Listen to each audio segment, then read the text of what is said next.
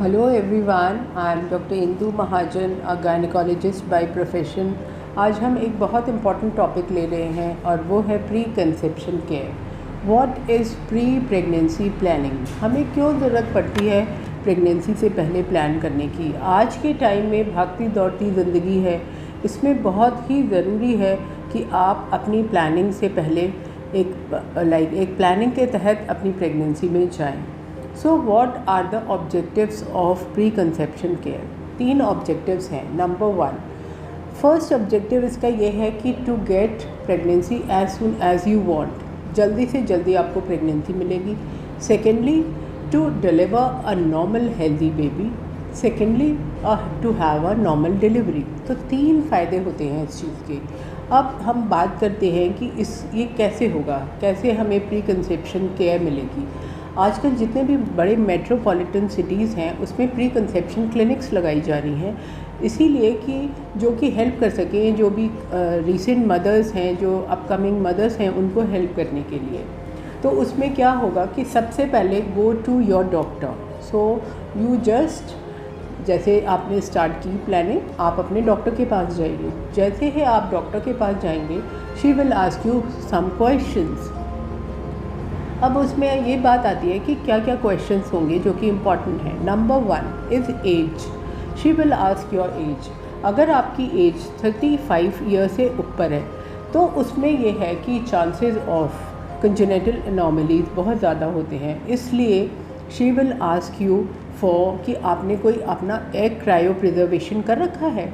So I am taking another video जिसमें मैं बता रही हूँ आपको कि आप एग क्रायो प्रिजर्वेशन कर सकते हैं। अगर आप अपने करियर की वजह से, या आप अपनी मैरिज लेट कर रहे हैं, या आप किसी भी वजह से प्रेगनेंसी नहीं प्लान कर पा रहे हैं, तो between 25 to 30 years it's an opportunity in the recent time कि आप अपने एग को या अपने ओवम को प्रिजर्व करा सकते हैं इन क्रायो प्रिजर्व लैब्स। और ये लैब्स की उसमें मैं आपको एड्रेसेस भी दूंगी जिसमें कि आप जाके अपना एग को प्रिजर्व करा सकते हैं, जिससे कि आप जब चाहें तो अब आप उसको प्रेगनेंसी में तब्दील कर सकते हैं और you will get a normal healthy baby.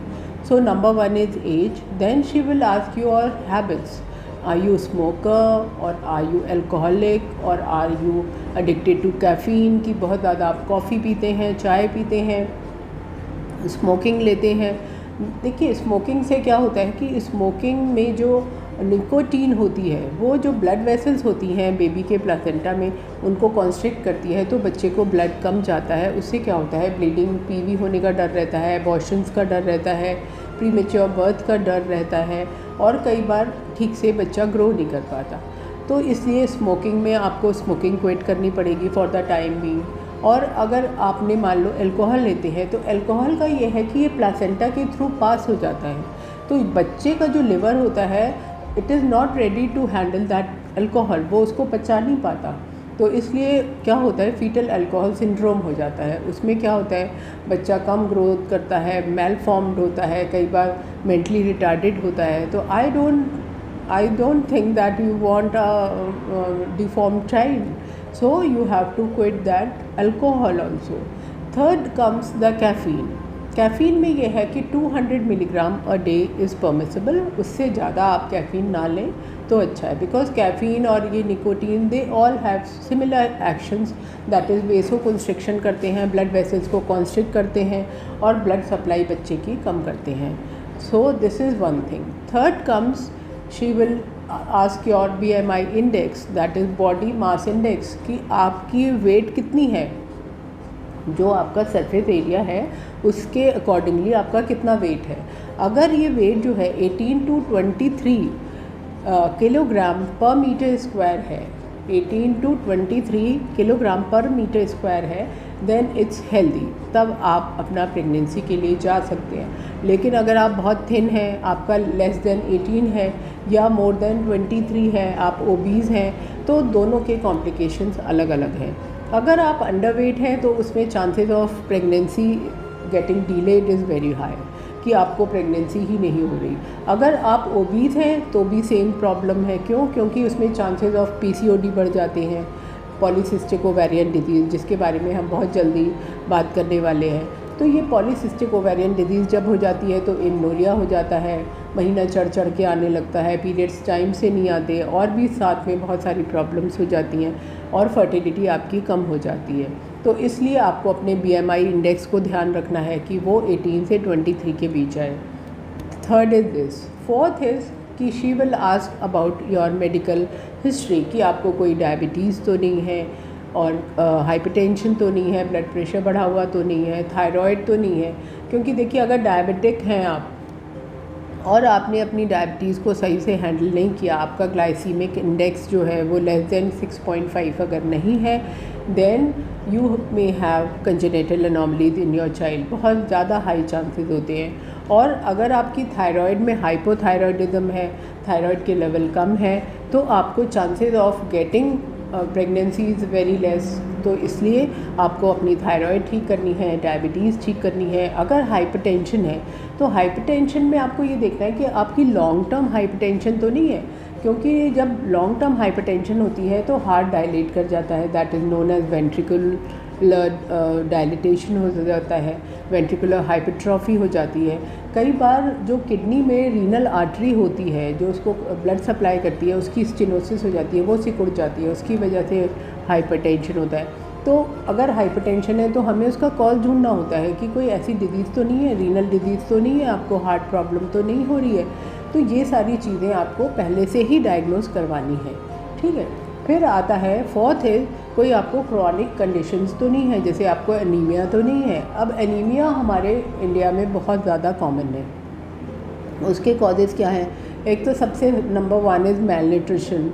लड़कियां खाना नहीं खाती, कुछ लड़कियां जिनके पास है खाना खाने के लिए तो वो अपनी डाइटिंग पे रहती हैं। जब डाइटिंग करती हैं तो वो ये नहीं सोचती कि वो न्यूट्रिशन प्रॉपर ले रही हैं कि नहीं, हेल्दी डाइट ले रही हैं कि नहीं। That is very important. तो number 1 is malnutrition. Second आता है कि किसी को हैवी पीरियड्स होते हैं हर महीने, तो उसमें उनका ब्लड निकल जाता है। थर्ड है कि वर्म इन्फेस्टेशन बहुत कॉमन है, इसलिए जितनी भी गायनेकोलॉजिस्ट हैं वो सब लोग ये प्रिस्क्राइब करती हैं कि एक डीवर्मिंग पहले ज़रूर करा लें जब भी आप प्रेगनेंसी में जा रहे हैं, उससे पहले that is pre conception care में। बिकॉज प्रेगनेंसी अगर स्टार्ट हो गई तब तो आप ले नहीं सकते उस टैबलेट को, तो इसलिए डीवर्मिंग बहुत ज़रूरी है। फिर और क्या कारण हो सकते हैं एनीमिया के? और बहुत सारे कारण हैं, डेफिशिएंसी डिजीज़ हैं, और कुछ सिकल सेल एनीमिया वगैरह होता है जो कि आपके कंजेनाइटल डिजीज़ होती हैं। तो ये सारे टेस्ट आपको कराने होते हैं। ये हो गया आपका chronic condition, that is 1 is anaemia. Second हो सकता है कोई ट्यूबरकुलोसिस रही हो, कोई और आपको कंडीशन हो, जैसे एपिलेप्सी बहुत कॉमन है कई पेशेंट्स में। अगर आपको एपिलेप्सी है तो आपकी दवाइयाँ चल रही होती हैं, तो जैसे वेलपेरिन टैबलेट बहुत कॉमन होती है एपिलेप्सी में। एपिलेप्सी का मतलब होता है झटके आना, मिर्गी के दौरे कहते हैं जिनको। तो मिर्गी के दौरे वाले पेशेंट्स को हमें पहले से ठीक करना पड़ता है, मतलब हमें पहले से उसकी टैबलेट चेंज करके रखनी होती है, और आजकल काफ़ी सेफ़ दवाइयाँ आ गई हैं, उन पे हमें स्विच ओवर करना होता है। फिर जब वो स्विच ओवर हो जाए और बिल्कुल ठीक हो जाए, 3 महीने बिल्कुल सही रहें उस टैबलेट पे, then she can go for pregnancy. तो ये सारी क्रॉनिक कंडीशंस हो गई।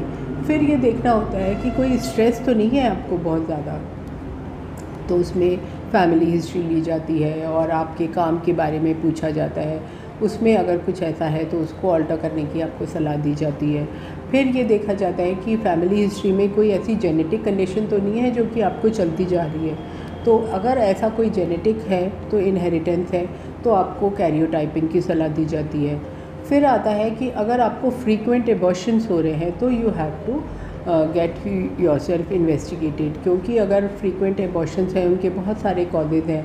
किस किस ट्राइमेस्टर में हो रहा है? फर्स्ट ट्राइमेस्टर में हो रहा है तो कुछ और है, सेकंड ट्राइमेस्टर में हो रहा है तो कुछ और है, मतलब पहले 3 महीनों में है या सेकंड के महीनों में है, तो ये सब देखा जाता है। तो इसलिए मेरे को आई थिंक आपको ये बात समझ में आ रही होगी कि प्री कंसेप्शन केयर कितनी इम्पॉर्टेंट है to have a normal healthy child. क्योंकि अगर आपने बिना प्लानिंग के चले गए और आप खुद से रोगीले हुए, आप खुद से डिजीज़्ड हैं, तो आप कैसे एक हेल्दी बच्चे को जन्म देंगे। तो इसलिए I hope you will understand the importance of pre conception care. और नेक्स्ट वाले वीडियोस में मैं ये बताने वाली हूँ कि कैसे आप अपनी लाइफस्टाइल चेंज करेंगे, और ये दोनों के लिए ज़रूरी है।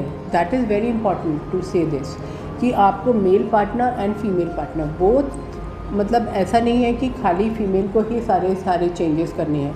ये जो लाइफस्टाइल चेंजेस हैं ये मेल के लिए भी उतने ही इम्पॉर्टेंट हैं जितने कि फ़ीमेल के लिए है। बिकॉज मेल्स में आजकल बहुत ज़्यादा देखा जा रहा है कि जो स्पर्म की क्वालिटी है वो इतनी कम हो जा रही है। बिकॉज उससे क्या होता है कि बिकॉज स्पर्म को असेंड करना होता है नीचे से, वजाइना से, यूट्रस के थ्रू उसको फेलोपियन ट्यूब में आना होता है। तो ये देखा जा रहा है कि ये वाला जो ट्रावर्स होता है ये स्पर्म की मोटिलिटी कम हो जाती है और उसकी क्वालिटी में फ़र्क आ जाता है। अगर कोई बहुत मान लो मेल पर्सन है जो कि डायबिटिक है या हाइपरटेंसिव है या बहुत अल्कोहलिक है या बहुत स्मोकर है, तो इसलिए ये सारी जितनी भी बातें मैंने बताई हैं ये आपको एज अ पेयर जाना है to the doctor and to consult her. तो इसलिए ये बहुत ज़रूरी है। और आगे आने वाले वीडियोस में मैं बताने वाली हूँ कि कैसे आप इस सब को रेगुलेट कर सकते हैं to have a normal healthy baby.